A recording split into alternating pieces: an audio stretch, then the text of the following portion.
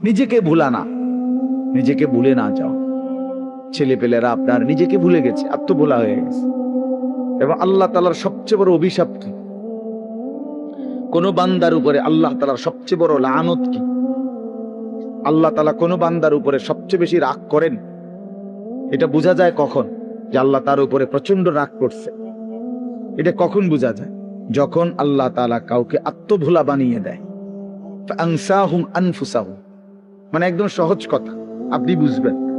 যখন কোনো ব্যক্তি মুসলমান হওয়ার পরেও মোমেন পরিচয়, সে জানে সে মুসলমান, কিন্তু কোনো বন্দিগি, কোনো ইবাদত, আমল কোনোটাই তার কাছে ভালো লাগে না, টোটালি সে বিষয়টা বুঝেই না। কোনো দিনই ফজরের নামাজ পড়ে না, কোনো দিনই পড়ে না। ওমা এটা কি হাইওয়ান! একদিনও ফজরের নামাজ পড়ে না, এটা কি ধরনের চতুষ্পদ জন্তু! কোনো দিনে 20 বছরের মধ্যে কোনো দিনে সে হারাম থেকে বাঁচেন, প্রতিদিনই ওজনে কম। তার সিস্টেমে এটা ব্যবসা, যে কথা কইলে মিছা কথা, বললেই 2 নম্বরই মাল দেয়। কাস্টমারকে না ঠগাইয়া হে বেসে না, 100 গ্রাম কম দিবই, 50 গ্রাম কম দিবেই,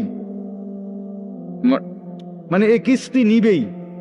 এই যে 30 বছর, 50 বছর, 40 বছর এভাবে মিথ্যার উপরে, বাটপারির উপরে, সিটারির উপরে, আল্লাহর নাফরমানির উপরে, মহিলা প্রতিদিনই বেপর্দা, ঘরে প্রত্যেক দিনই টেলিভিশন চলে। এর কারণটা কি? এর মূল কারণ হলো এরা, আল্লাহ তাআলা এদের নিজেকে ভুলাই দিছে না, তার মনে নাই, সে জানেই না আর যে সে যে মুসলমান। তার এই কথা টোটাল মনেই নেই, তার আর মনেই নাই যে তাকে একদিন কবরে যাইতে হবে, তাকে একদিন হাসরের ময়দানে উঠতে হবে। এই কথা সে টোটালি ভুলে গেছে। নিজের কর্তব্য, নিজের পরিণতি, নিজের গন্তব্য, নিজে কোথায় গিয়ে পৌঁছবে, কোথায় গিয়ে দাঁড়াবে, এই কিছুই তার আর মনে নাই। খাইতেছে, ঘুমাইতেছে, মনের চাহিদা পূরণ করতেছে। এটা একটা চতুষ্পদ জন্তু, জানোয়ার ছাড়া আর কিছুই না, আর কিছুই না।